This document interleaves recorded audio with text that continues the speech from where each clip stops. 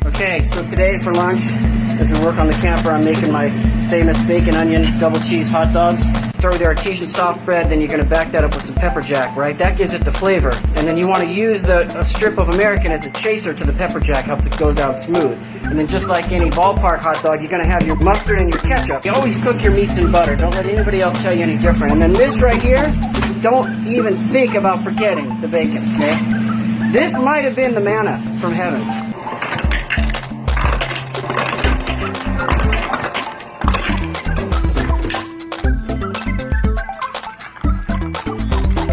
Aga.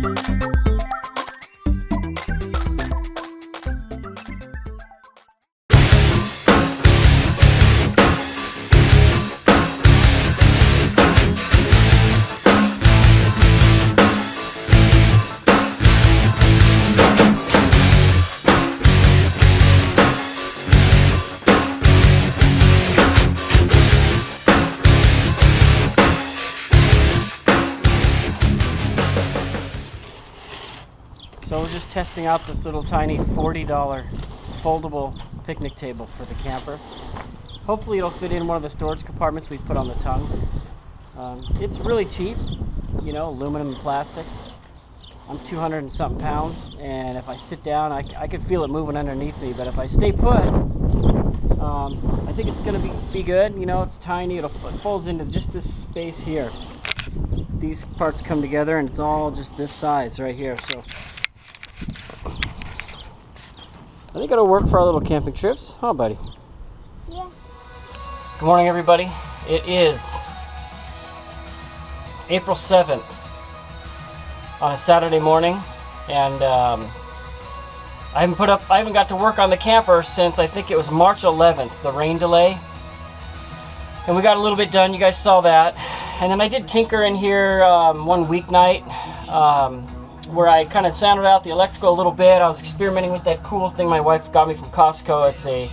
It's a memory foam roll-up. It's going to be perfect for in the camper. And then I added another flashlight mount and another flashlight mount, so we got 3 flashlights. And then I uploaded that video of the truck that we moved on the 17th and 18th. And then on the 24th weekend, we went to the monster trucks in Vegas. That was a lot of fun. And then on the 31st, that weekend, I came down with pneumonia, and I was in bed for 3 days without getting up for anything other than the call of nature. And I lost 8 pounds, and I've never been that sick, where my organs actually hurt when I moved. I've had a lot of injuries, but that was really miserable. So, anyway, and then last weekend, I got asked, and I got the privilege of doing sunrise service for our church, and it was on the athletic field at Victor Valley College, and that was just a total blessing. So those 4 weekends, I haven't had a chance to touch the camper much at all. So here it is now, the 7th, and I'm ready to do work. I got all the Duraback stuff, I got all the supplies that we need, and wouldn't you know it, it's windy outside. Not too bad, 10, 15, maybe a gust of 20, but the problem with that is, you know, we live in the desert, and there's going to be dust and sand blowing around, and I am committed to getting this thing coated this weekend. I'm just walking around the garage, and I'm seeing the stabilizers over there, and the electrical for the outside lights over there, and I'm like, man, I got a lot to do. And as I said before, I was hoping to get this thing done like in a couple months, and then we'd be able to do a glamis trip or a Dumont trip, me and my 2 kids. And now here it is, April, and those are pretty much out of the question unless we get a cold snap. So kind of worked my way right through winter, a little bit bummed about that. I mean, we could still do some stuff. We could do a mammoth trip where it's cool in the summer, tons of trails and stuff to do up there. So anyway, that's where we're at. We're going to try to get it done inside.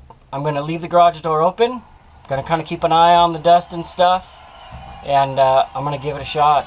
So it's about 11 o'clock on Saturday, and I'm going to take my time, going to clean the wood real good, and I'm going to start the process, and I'll try to document the whole thing, all of the brushing and rolling and all the decisions that I'm going to make, like around where the doors and the windows mount to the camper wall on the outside. Those frames, they fit flush. So like I thought about before, do I do a coat, because I'm going to do 1 coat of rough, 2 coats of clear, or 2 coats of smooth, 1 coat of rough, 2 coats of smooth. So do I do a rough coat right to the edge and then I put the frame right on that rough? I know we're going to use some of that putty tape in between, but what if I just don't do the rough all the way up to where, or if I just don't do the rough where that's going to rest, where those frames are going to rest, it'll be a smooth finish there. So I think that's what I'm going to do. I'm going to do the rough up to that margin. I'll make a template with the frame in there and I'll stop, and then I'll just do that with the smooth. We'll see how that works. So all right, you guys, we're gonna get started. It's been a month, jazzed, here we go. Okay, so a little bit about this Duraback stuff that I've been talking about so much. I did a ton of research, looked at all the bedliner companies. Of course, I used the Herculiner on the bottom, and then I narrowed it down to this one called Monster Liner that is supposed to be super, super durable. But then I went a step further in reading more reviews, watching more YouTube videos, and I found this company, Duraback 18, makes this product, which originally was made for submarines, boats, docks, stuff like that, stuff that gets beat up from the weather and requires a UV protectant in it and all that stuff. So these guys were making this stuff before the bedliner market even existed, and then of course the bedliner market, this is perfect because it's the most durable bedliner quote-unquote product you can buy.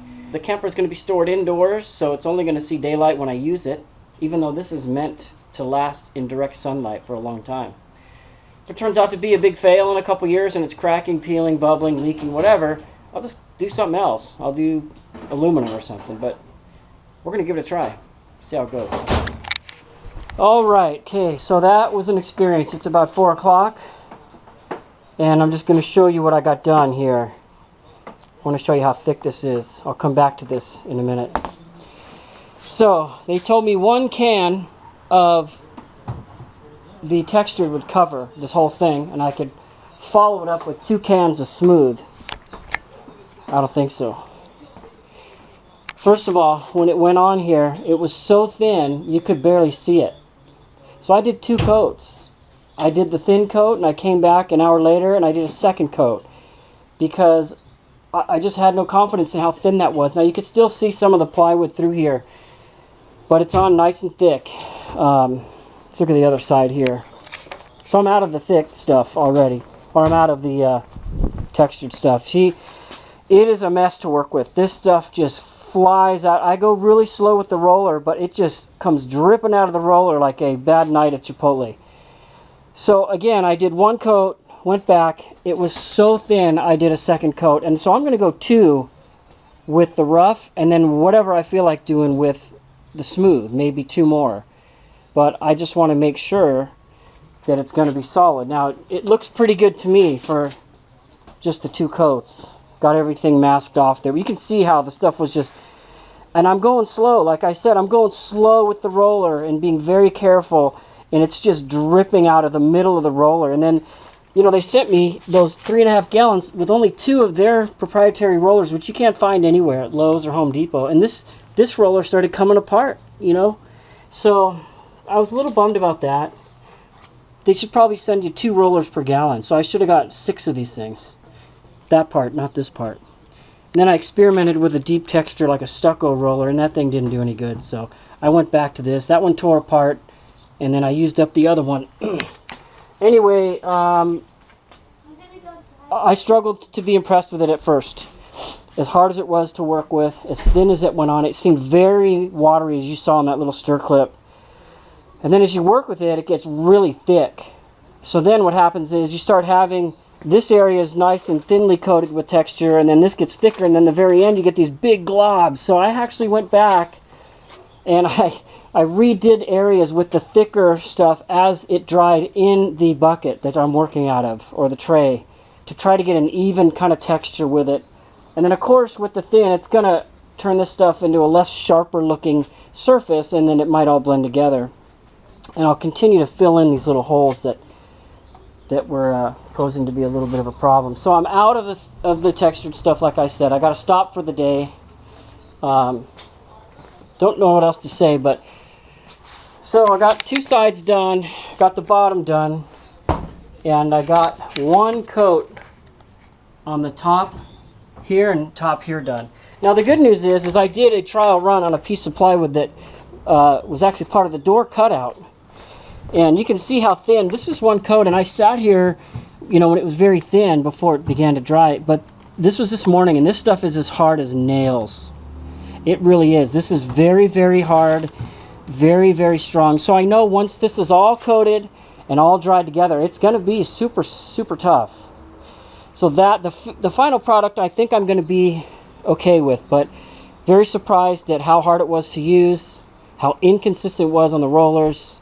One tip was when I did get to the top and I was working on top, it was a lot easier to work with than when you're working on the sides, as it was just falling everywhere, and I kept grabbing this paper and throwing it down because I didn't want this garage floor to get completely coated.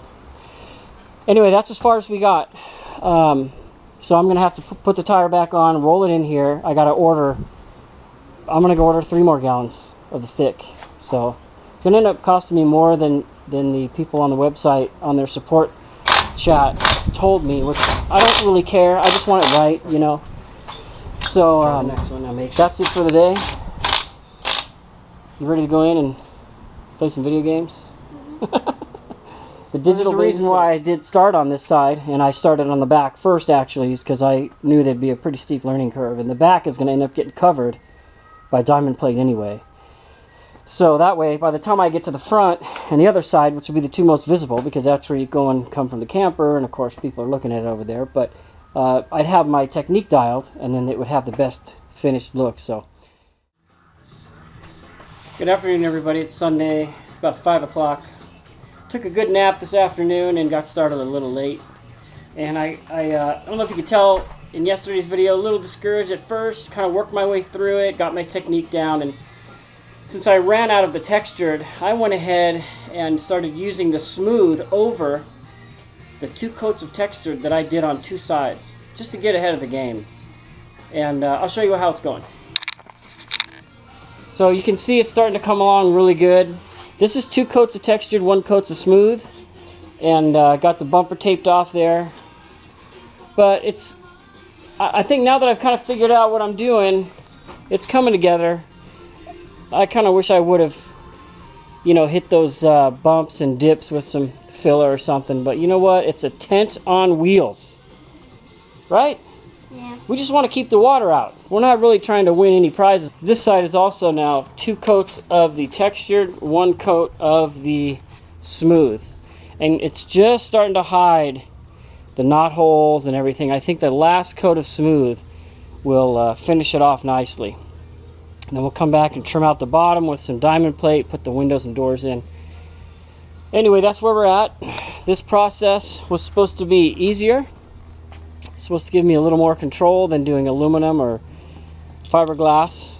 And I think I learned the hard way, like I do with pretty much every lesson in my life, that this is way more work.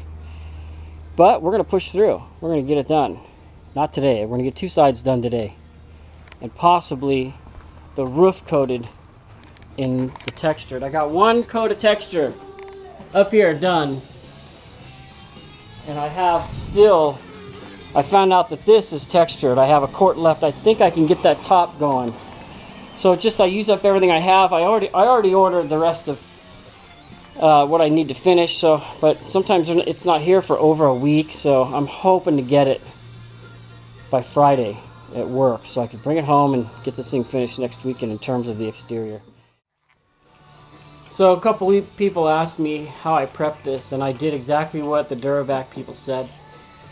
I sanded it with 60 grit, and then I went over it by hand with 40 grit, and then I cleaned the whole thing. Well, I blew it off with compressed air, the whole body, and then I actually wiped it down with bare water, and then I cleaned it off with xylene, the whole thing.